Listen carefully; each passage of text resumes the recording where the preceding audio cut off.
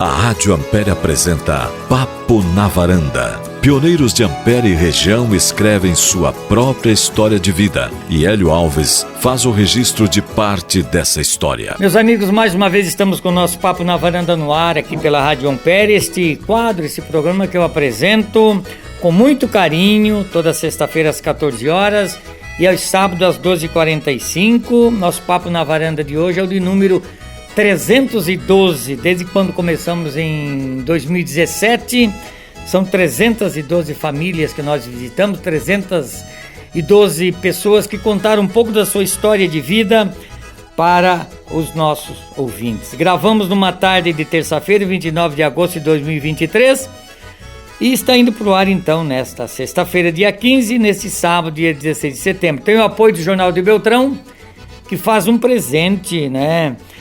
Aliás, o Jornal de Beltrão, ele faz um presente divulgando a foto e um pouquinho, uma história resumida do nosso entrevistado. E o Jornal de Beltrão você pode ter ele em sua casa de terça a sábado, né? Ele para você manusear, e você pode também ter acesso na internet e acessar as notícias da região. Tem o apoio também da Vídeo Foto Central, que faz um presente de uma foto de 20x30 para o nosso entrevistado.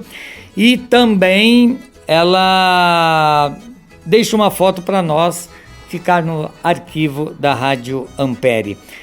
Há muito tempo eu já havia planejado de gravar um Papo na Varanda com esse amigo que mora em Francisco Beltrão, chama-se Laurentino Risso, que nasceu no dia 10 de novembro de 1945. Esse jovem que está ao meu lado tem 77 anos, casado com a dona Judite Neus, é isso? Que nasceu no dia 1º de 11 de 48. Eles casaram em 1968, 55 anos de casado, filhas, a Cláudia, também a Clarissa e a Juliana. Eles têm 7 netos.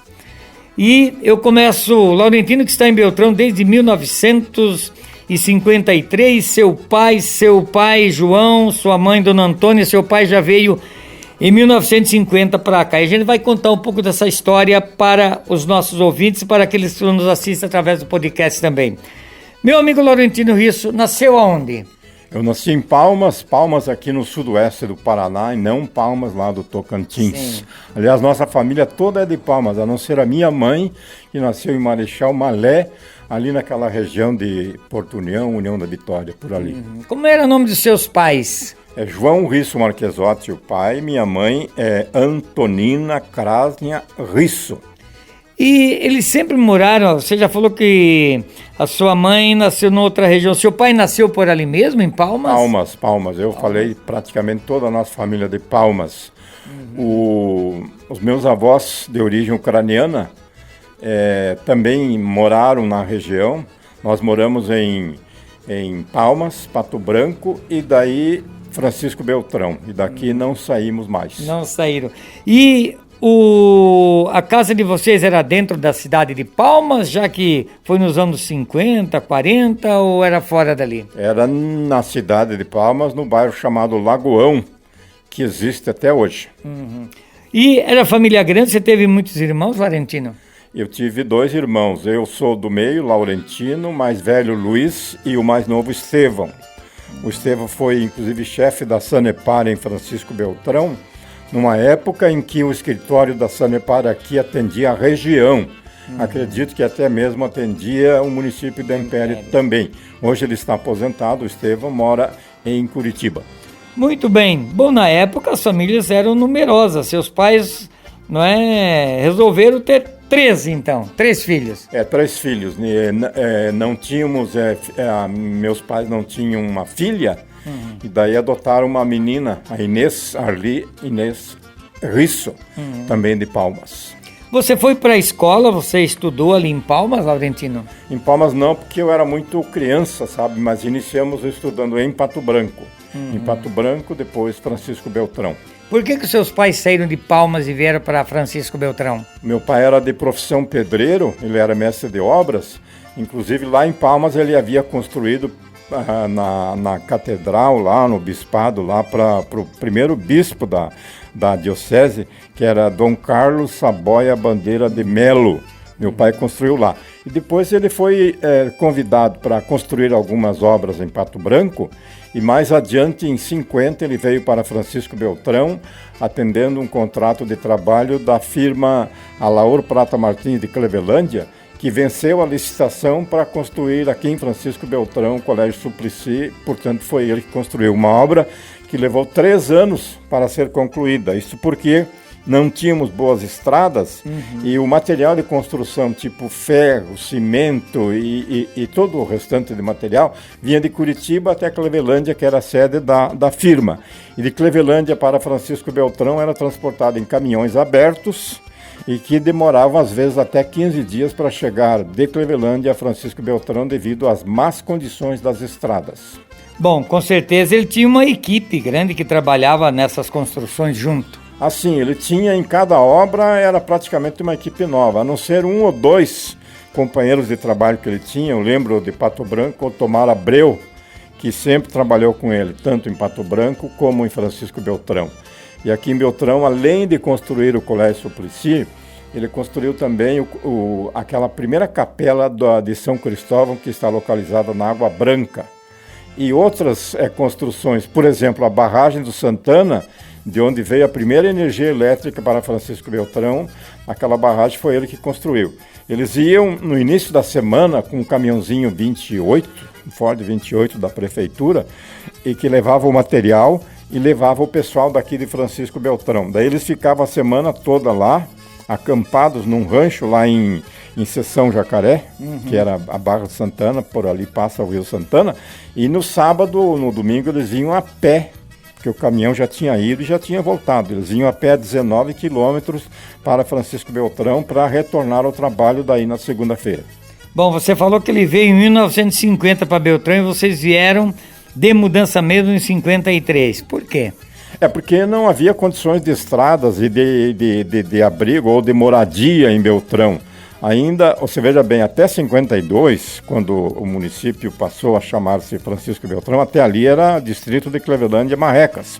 Então não havia condições, mas viemos em 1953 e daí o Suplicy ficou pronto, então, um pouco depois da época em que a família chegou. Você estudou aqui em Francisco Beltrão, estudou um pouco em Pato Branco.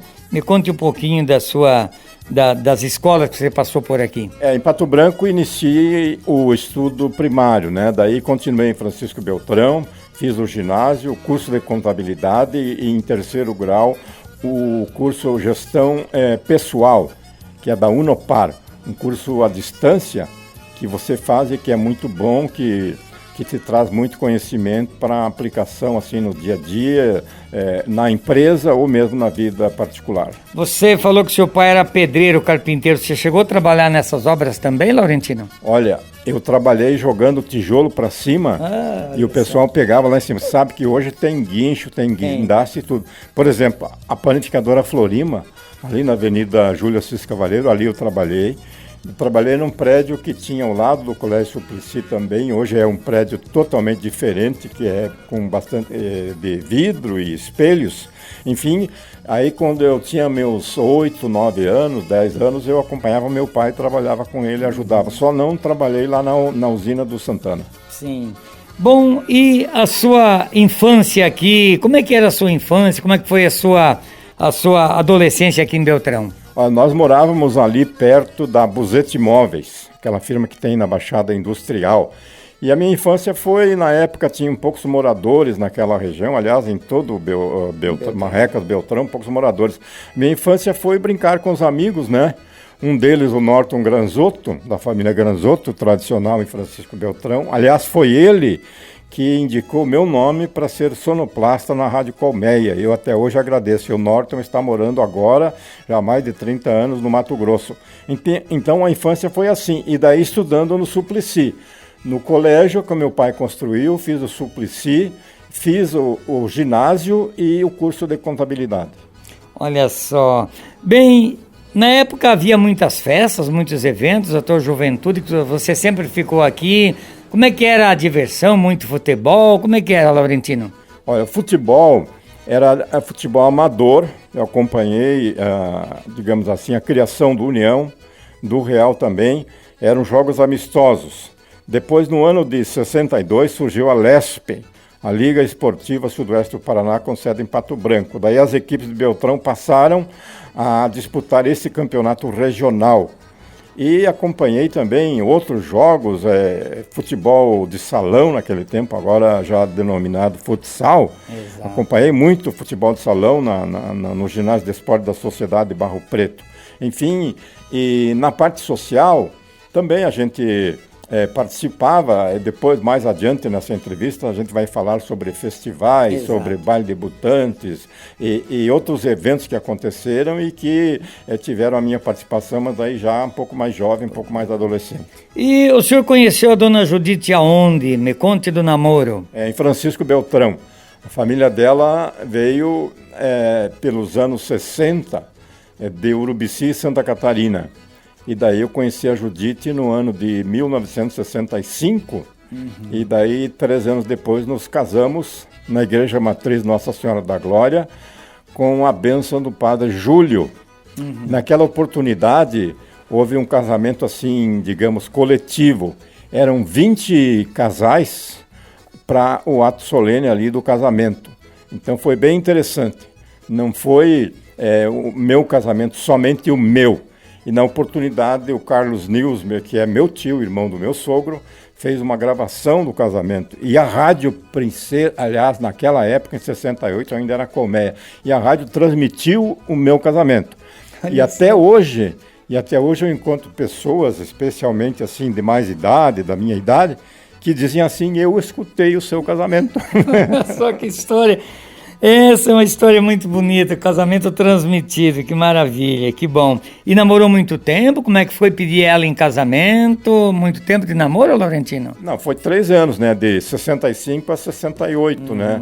Um pouco de namoro, daí o noivado, e daí veio o casamento no mês de janeiro, dia 13 do ano de 68. 68. 3 filhas, a Cláudia, a Clarissa e a Juliana. O que dá para falar para as 3 meninas? Olha, a Cláudia trabalhou muito tempo comigo na loja. Por isso que tinha decorações Cláudia. Exatamente. E agora ela atende em casa ainda, porque a Decorações Cláudia, depois que a gente passou para a aposentadoria, a loja tornou-se virtual. Então em casa ela atende nos horários de folga, nos sábados e domingos, mas ela vai muito nas casas dos clientes ou das clientes. E ela também é professora de artesanato, trabalha para a Prefeitura Municipal. Trabalha com os idosos, que tem uma sede ali perto do Detran, e trabalha também com as escolas para crianças. Então, nessa área do artesanato, ela é muito querida, muito admirada, principalmente pelas pessoas de mais idade. Que maravilha. E a Clarissa? A Clarissa, ela fez letras em Londrina, e quando ela tinha de 14 para 15 anos, ela participou do intercâmbio do Rotary, foi para os Estados Unidos, ficou 1 ano lá, morando com famílias americanas, e de lá, através do Rotary, veio uma moça aqui para Francisco Beltrão, que morou em nossa casa por 3 meses. Então, pelo fato dela ter ido lá, aqui já fazia curso de inglês, lá aperfeiçoou o inglês, e daí acabou fazendo letras, especializando-se em inglês e português. Instalou em Francisco Beltrão o FISC, mais tarde ela vendeu a escola, e daí criou a Rockefeller, Escola de Línguas, que é inglês e espanhol. E a Juliana, que é a filha mais nova, ela já faz 22 anos que mora nos Estados Unidos, na cidade de Charlottesville, no estado da Virgínia. Ela é psicóloga e trabalha primeiramente ela trabalhou numa faculdade para a qual ela foi e fez um curso de pós-graduação para poder dar validade ao diploma dela aqui do Brasil. Fez esse curso de pós-graduação, daí trabalhou na própria universidade. E quando venceu o projeto, que era de 8 anos, ela passou a trabalhar numa ONG, que atende famílias assim mais necessitadas. Então, ela comanda uma equipe lá de assistentes que vão nas casas orientar as famílias.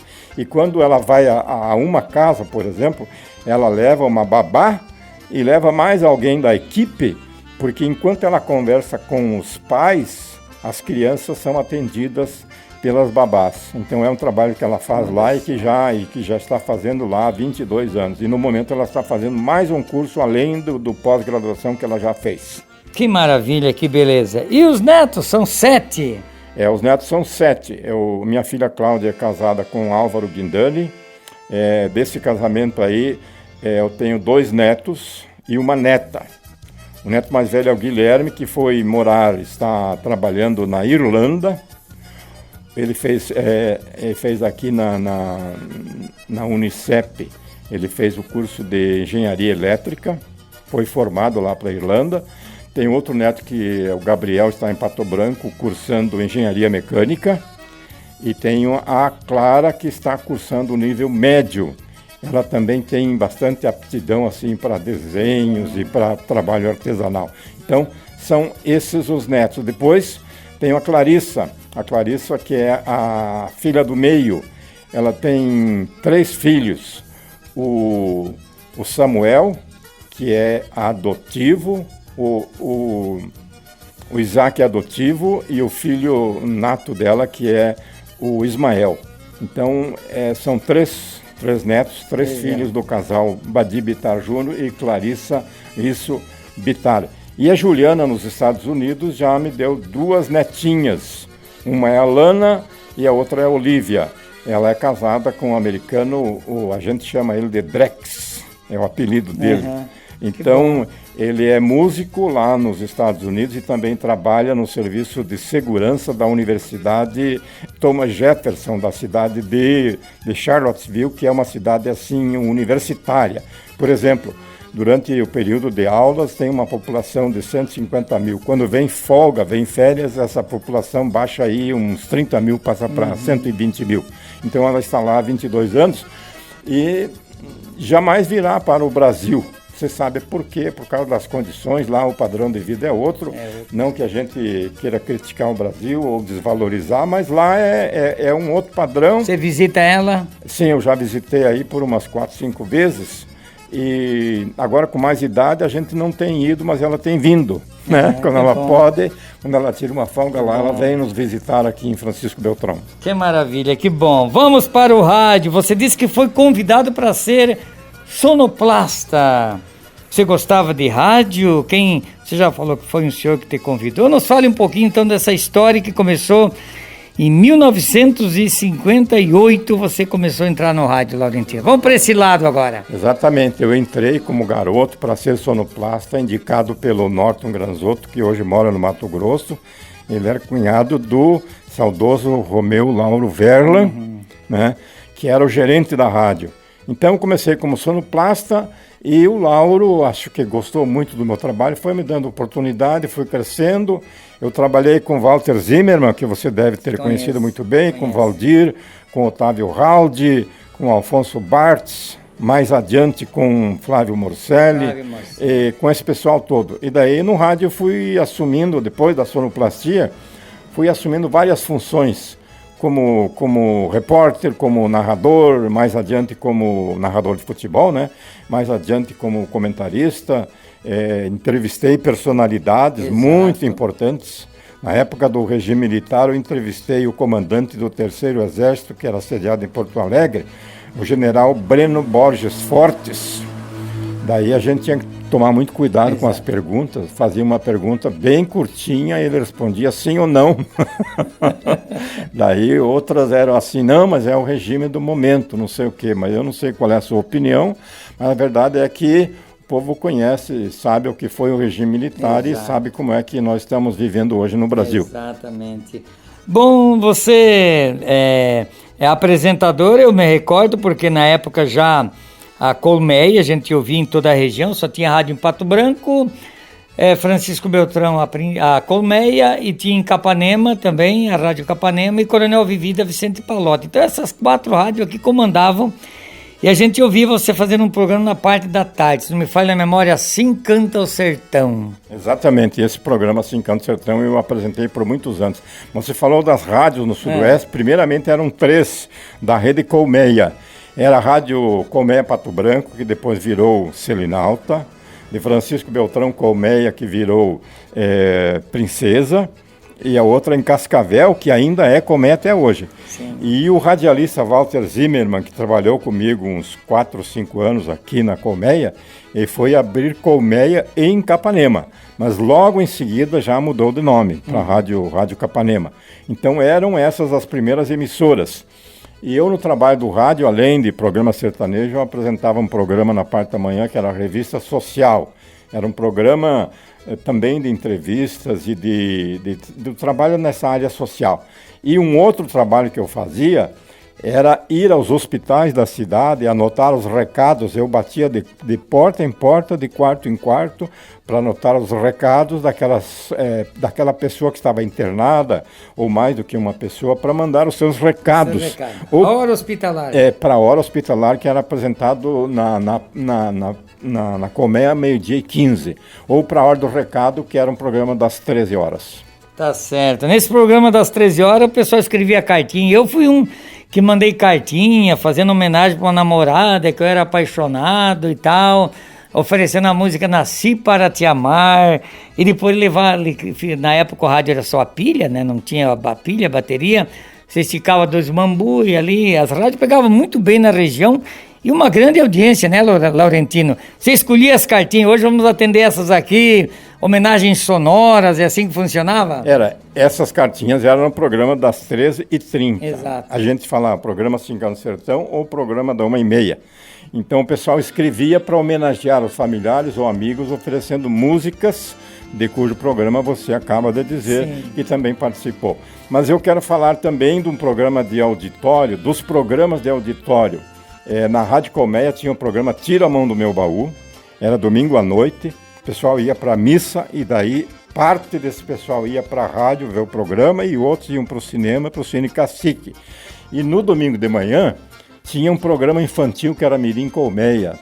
Então tanto o pessoal, as crianças como os adultos, eles ensaiavam no sábado à tarde com um conjunto regional, que no tempo a gente chamava assim, agora só se fala em banda, né? Esse conjunto era da própria rádio. A rádio mesmo mantinha esse conjunto musical que ensaiava os candidatos, os calouros, que cantavam no domingo à noite ou cantavam no domingo de manhã as crianças. E na Rádio Princesa eu criei um programa que era Mundo Jovem, apresentado no Salão Social do Clube Barro Preto, isso foi no ano de 1973. A gente apresentava os calouros, que também ensaiavam no sábado, com o conjunto musical do Pimentel, você deve lembrar aqui do Pimentel. Era os Mambiras ou não? Não, os Mambiras era a parte sertaneja. Outro era, eu não estou lembrando agora. Eu sei, eu tô com ele na... Pois, na ponta da língua o nome desse conjunto aí. Era quase que nem os atuais. Espaciais. Os espaciais, isso mesmo. Pois é, então daí no domingo, à tarde, era feito o programa apresentando esses calouros. E nós fazíamos também a entrevista com alunos das escolas que disputavam uma gincana cultural. E nessas entrevistas eu contava com a participação, a colaboração do professor Alcides Vicini, que ela é professora aqui de português em vários colégios. E um detalhe especial sobre o professor Alcides, meu amigo, ele tinha vindo de Santa Catarina para Beltrão, ficou aqui alguns anos, e daqui ele foi para Santa Rosa, no Rio Grande do Sul. Lá ele se tornou uma personalidade, porque já foi prefeito por 5 mandatos. Olha só. Ele entra, cumpre 2 mandatos, fica um de folga e entra de novo. Atualmente ele continua como professor, mas não sei não se no ano que vem, se ele não volta, porque lá na terra da Xuxa, o pessoal não gosta só da Xuxa, gosta dele também. Gosta dele também. Viu, Laurentino, e eu me lembro do Barro Preto porque eu ajudei o Flávio Ferlin, na época que saiu a Educadora em 77, 78. O Flávio Verlin criou Domingo Show Educador à noite, né? Então era no Barro Preto. E eu, como eu gostava muito de rádio, eu acabei até ajudando ele porque eu ajudava o professor Inácio. E você tem algumas lembranças, inclusive citou o meu nome, o nome do professor Inácio, que hoje está com 93 anos, mora em Erechim, o senhor cego, e que foi muito ajudado tanto pelo seu Agostinho Celeste quanto pelo seu Bertagnoli, que deram horário de graça para ele. E outros, não sei se não era antes do Agostinho ainda, né, que deram horário para esse seu professor Inácio Petkovski. Pois é, eu quero contar para os ouvintes, para o pessoal que está vendo ouvindo e vendo essas imagens, esse nosso Essas histórias na varanda, né? Quero contar como foi que eu te conheci o Hélio Alves. Você falou no professor Inácio, é isso? Exato. Ele era acordeonista, né? Acordeonista. Tá, então, quando a Rádio Colmé funcionava ali perto da Casa Canônica, perto do Salão Pedro Granzotto, ali o professor Inácio ia aos domingos de manhã para apresentar um programa ao vivo, ele com seu acordeão. E você era um amparo dele. Você ainda não tinha iniciado no rádio, mas acredito que ali abriu-se uma oportunidade para você começar, para você pelo menos despertar essa vontade de participar do rádio. Você era o guia do professor Inácio. Meus parabéns. Eu conto essa historinha. Acho que abriu os caminhos para mim, ajudando aquele homem, viu? Eu conto essa historinha aí não para criticar, apenas para deixar registrado e constatado da maneira como foi que eu lhe conheci. Tá certo. Quantas histórias bonitas. E você me contava nas transmissões também, você narrou jogo na Rádio Ampere? Sim, eu narrei uns 3 ou 4 jogos em Ampere quando as equipes daqui de Beltrão disputavam o campeonato da LERB. Primeiramente era a LESP, sede de Pato Branco. Daí a LERB, que nós ajudamos, hoje é a LBF, nós ajudamos a fundar aqui em Francisco Beltrão para desligar o nosso futebol de Pato Branco, porque Pato Branco fica no extremo e Beltrão fica mais no centro e comandava o futebol daqui nas proximidades, Marmeleiro, Renascença, Dois Vizinhos, Ampere, Neas Marques e assim por diante. Então eu fui convidado pelo pessoal da Rádio de Ampere. O primeiro diretor era o Nildo Deola e quem administrava era o J. Ribeiro. Exatamente. Daí eu narrei uns 3 jogos lá em Ampere, narrando lá os times daqui contra Ampere. Nos 3 domingos eu fui a Ampere, nada cobrei, nem sequer a gasolina que eu usei, que gastei. E do meu lado, enquanto eu narrava, ficava alguém do meu lado, que pouco participava da jornada. E aí depois de 3 narrações, 3 partidas que eu transmiti, não me chamaram mais. Daí eu digo, bom, então, já que não me chamaram, eu vou agora ouvir a Rádio Ampere e ver o que está acontecendo, né? Uhum. E daí você pode contar a história, mas um tal de Jota, que eu não lembro a sequência do nome. J. Ribeiro. Pois é, ele daí estava narrando. Eu dou aqui os cumprimentos e os parabéns a ele. Não sei se ele continua no rádio, não sei se ele está narrando, mas foi um fato que aconteceu em Ampere. Narrei, portanto, alguns jogos na Rádio Ampere, antes de você pensar em ir para Ampere. A rádio foi aberta em 79, eu cheguei lá em 81, então nesses 2 anos aí você fez algumas coisas por lá também. Pois é, e também eu tenho alguma história de Ampere ainda, apresentei um festival, acho que foi no Falão Social, e nesse festival de músicas, formava-se o júri. Porque naquele tempo estava assim muito efervescente os programas do Silvio Santos e do Chacrinha. Então havia festivais para tudo que era lado, Francisco Beltrão, Marmeleiro, São Lourenço do Oeste. Em Ampere eu apresentei um festival e apresentei também por essa questão do rádio, do festival. Eu tive mais uma participação em Ampere. Aliás, eu queria citar que no júri, estava falando antes sobre o júri, no corpo de jurados nós tínhamos que depois tornou-se deputado, o Caíto Quintana, e o Modesto Golim, que era de Realeza. Ele era muito convidado para os festivais porque era um bom jurado. Então, em Ampere eu tive algumas participações dessa forma como eu acabei de contar aqui para você. Então, também você foi apresentador de baile de debutantes, né? Porque saía muitos bailes, você também tinha esse trabalho que fazia na região.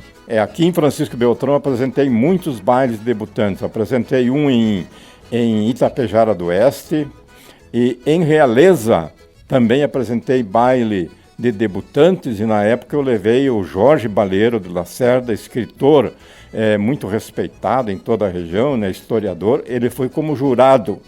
E em Realeza também, eu e minha esposa Judite apresentamos um baile de debutantes. Se não me falha a memória, era a promoção do Lions Club. Então, e ainda tive em Realeza também um convite do Aldo Faquinello, que era o diretor da rádio de lá, Rádio Clube, né? Eu fui narrar um jogo lá no interior, porque eu acho que o narrador dele não tinha condições de ir, não sei porquê, e eu não conhecia as 2 equipes e também não conhecia o comentarista que estava do meu lado. Mas a gente improvisou bastante lá e a transmissão foi pro ar. Quem gosta de rádio é isso mesmo, muitas vezes tem que improvisar, tem que inventar, não é que nem, né, o ouvinte que é lá te ouvindo é que faz a imagem para você. Você acredita que você nasceu com o dom de trabalhar em rádio, né, Laurentino? Você ama isso, né? Eu gosto até hoje, né? Tanto é que continuo comentando futebol pela Rádio Educadora, juntamente com Claudinei Del Cielo. Ele narra o jogo, eu comento e nós temos o repórter, que é o Rodrigo Sargiorato.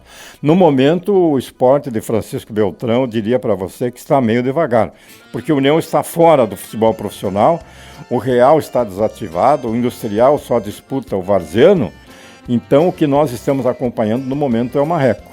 Marreco que disputa, inclusive, a Série Ouro, que já disputou, já jogou contra o Ampere, e disputa também o campeonato da Liga Nacional Futsal. Por sinal, agora, daqui a pouco, no dia 2 de setembro, nós teremos mais uma transmissão pela Educadora, acompanhando o Marreco que recebe o Foz Cataratas no ginásio Arrudão.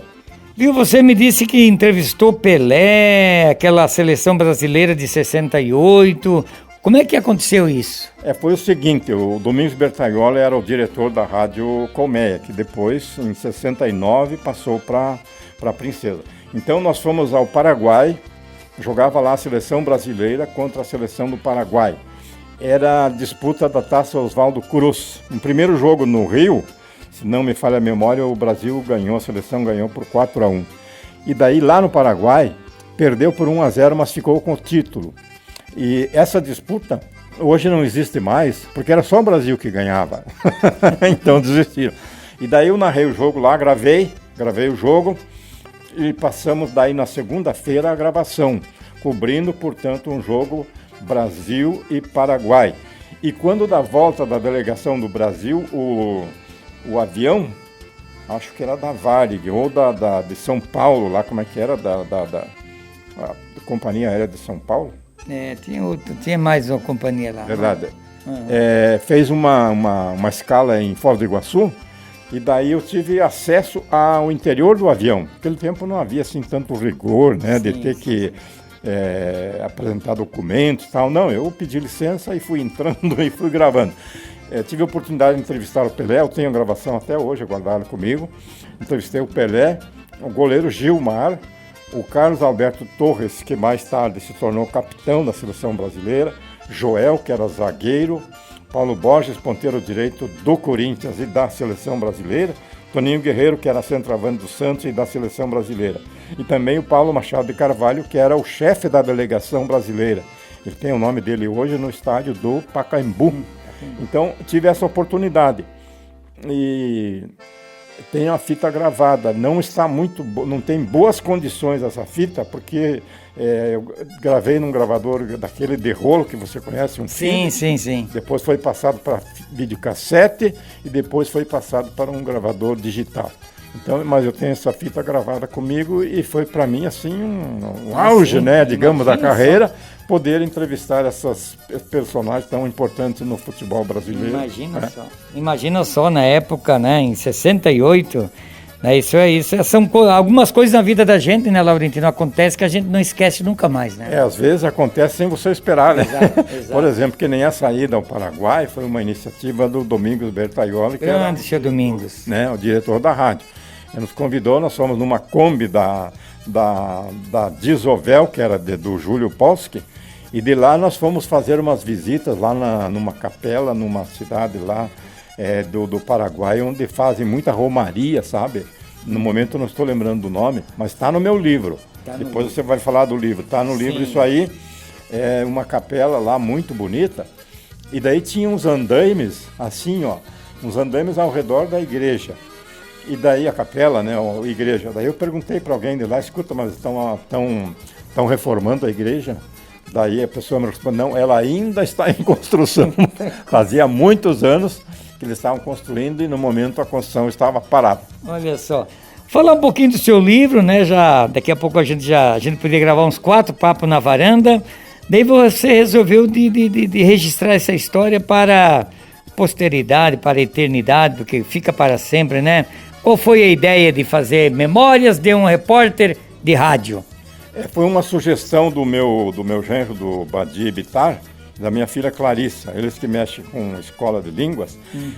A gente seguido falava de rádio, falava de acontecimentos sociais, e ele insistia, o Badim insistia comigo, por que não escrever um livro?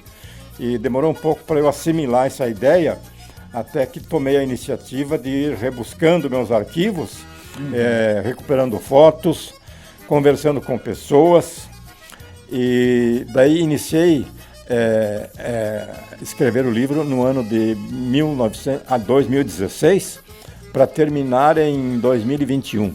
Então foram 5 anos escrevendo o livro, foram 5 anos. Aí um outro detalhe que está no livro também, é sobre concursos de Miss. Eu apresentei 4 concursos de Miss, 71, 72, 73, 74. E daí, mais recentemente, eu entrevistei essas misses, que hoje são senhoras, mães de famílias.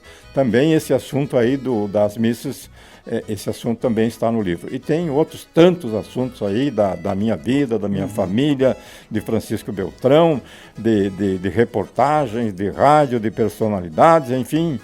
Tudo que passou-se na minha vida, eu tive a oportunidade de colocar no papel.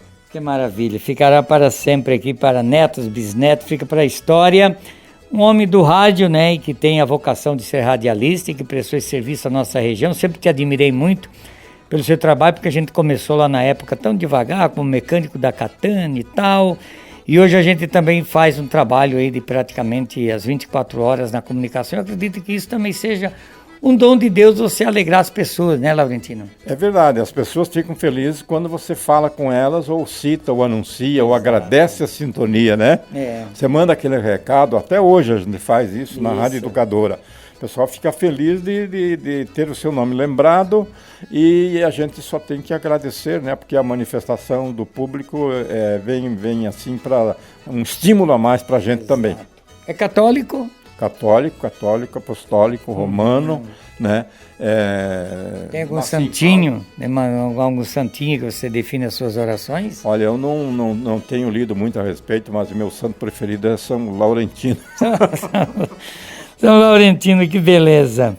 É feliz, Laurentino, com a esposa, com a família? Tudo tranquilo, tudo bem, né? Estamos curtindo aí, digamos assim, como dizem, para disfarçar que não é idade do idoso, que é os mais experientes, né? Estamos curtindo essa fase aí. Decorações Cláudia, há muito tempo, fui cliente, compramos para a Rádio Ampere. Na época, eu acho que você patrocinou alguma coisa para o seu Domingos, para a Rádio Ampere, fizemos em troca de publicidade, que o seu Domingos... Ele negociava muito, me recordo, que alguma coisa na Rádio Ampere foi comprado em troca de propaganda da Decorações Cláudia. Então eu queria dizer que para mim foi uma alegria tu contar só um pouquinho da história, porque o livro, quantas páginas tem o livro, Laurentino? Tem 259 páginas, com muitas fotos, muitas fotos. Parte dele eu já li, boa parte me presenteou, tem aqui autografado, 9/12/2021, não é? E volta e meia a gente pega e dá uma olhada nas histórias que tem, com muitas fotos, inclusive esporte, tudo mais que marcou a sua vida, né, Laurentino? Eu vejo aqui, Severino Sartori, Denile Neuschauer. Você foi candidato aqui em Beltrão? Eu fui candidato em 1976, eu até publico no livro, candidatos derrotados na eleição de 1976. O Severino Sartori foi candidato a prefeito, o doutor Denis já era deputado, mas estava na condição de candidato a vice, e eu como vereador. Daí o meu nome foi lançado, na época, pelo MDB, mas eu e o doutor Jorge Krieger, que era de Nova Concórdia, na opinião do público, nós seríamos os mais votados. E, de fato, o doutor Jorge foi o mais votado naquela eleição de 76. E eu, como era bastante popular, daí... Os outros tiravam voto. Daí o seguinte, daí a cúpula da nossa coligação, do nosso partido, foi dizendo que o Laurentino já estava eleito e seria presidente da Câmara e tal, né? E daí o pessoal foi dando votos para outros, para meus amigos, para meus compadres e tal, e eu acabei não me elegendo. Nossa, que história! Eu sei bem como funciona isso, porque em Ampere também, quando eu sou candidato, as pessoas dizem, o Hélio vai ser mais votado, e de repente eu entro meio na rabeira por lá, né? Laurentino, muito obrigado, quero te agradecer por contar um pouco da sua história para os ouvintes da Rádio Ampere, para aqueles que assistem também, Eu criei esse Papo na Varanda exatamente para a gente fazer um registro. Eu sei que tu tem livro, tem muitos recortes de jornal, mas eu quis fazer com você. Você já é de número 312 que eu entrevisto, contando um pouco, registrando um pouco da história, porque nós estamos só de passagem por aqui, né, Laurentino? Graças a Deus, e que oxalá essa passagem continue assim tranquila, né? Tranquila. E que vamos cumprir os desígnios de Deus, né? Exato. É o que a gente espera, e até lá viver tranquilamente em família, sem problemas e sem criar problemas para outros, né? Pelo contrário, ajudar de acordo com o que for possível dentro das nossas especialidades. Exato. Eu vi aqui um chapéu do Rotary, que foi implantado pelo nosso grande governador Sérgio. Você é rotariano há quanto tempo, hein, Beltrão? Olha, eu fui rotariano por 20 anos, de 1980 a 2000. Depois eu me afastei do Rotary. Mas tive uma boa participação. Inclusive, quando eu participava, o distrito era muito grande, abrigava os Rotary desde Paranaguá. Exato. Até, eu acho Ponta que Foz Grossa, do Iguaçu, Ponta Grossa e tudo. Depois foram surgindo algumas outras regiões assim denominadas de uma forma diferente. Mas o Rotary presta um serviço muito bom. E veja que a minha filha, eu falei, né, na entrevista, que ela fez intercâmbio. A Clarissa fez intercâmbio para os Estados Unidos. E a Juliana, que hoje mora nos Estados Unidos, ela fez intercâmbio para a Austrália. Também pelo Rotary. E só a Cláudia não foi porque não quis, ela era mais agarrada à família. Sim. E ficou com receio de viajar muito longe, né? Tá certo. Tem uma música que nós vamos tocar agora, ao final do programa, que quando gravamos, não lembrava o nome, mas é uma música que você gosta muito, né? Essa música aí é especial, você vai ouvir, acredito que você vai gostar. Não é especificamente sertaneja, é uma música muito alegre e que, sem dúvida alguma, o pessoal que está ouvindo também vai admirar. Valeu, meus amigos, mais um Papo na Varanda, hoje com um grande amigo meu de Francisco Beltrão, Laurentino Risso. Eu agradeço a recepção em sua casa, agradeço a Ana, nossa produtora, agradeço os nossos ouvintes e até o próximo final de semana, se Deus quiser. A Rádio Ampere apresentou Papo na Varanda, um programa feito com muito carinho para deixar registrado um pouco da história de cada um dos nossos pioneiros de Ampere e região.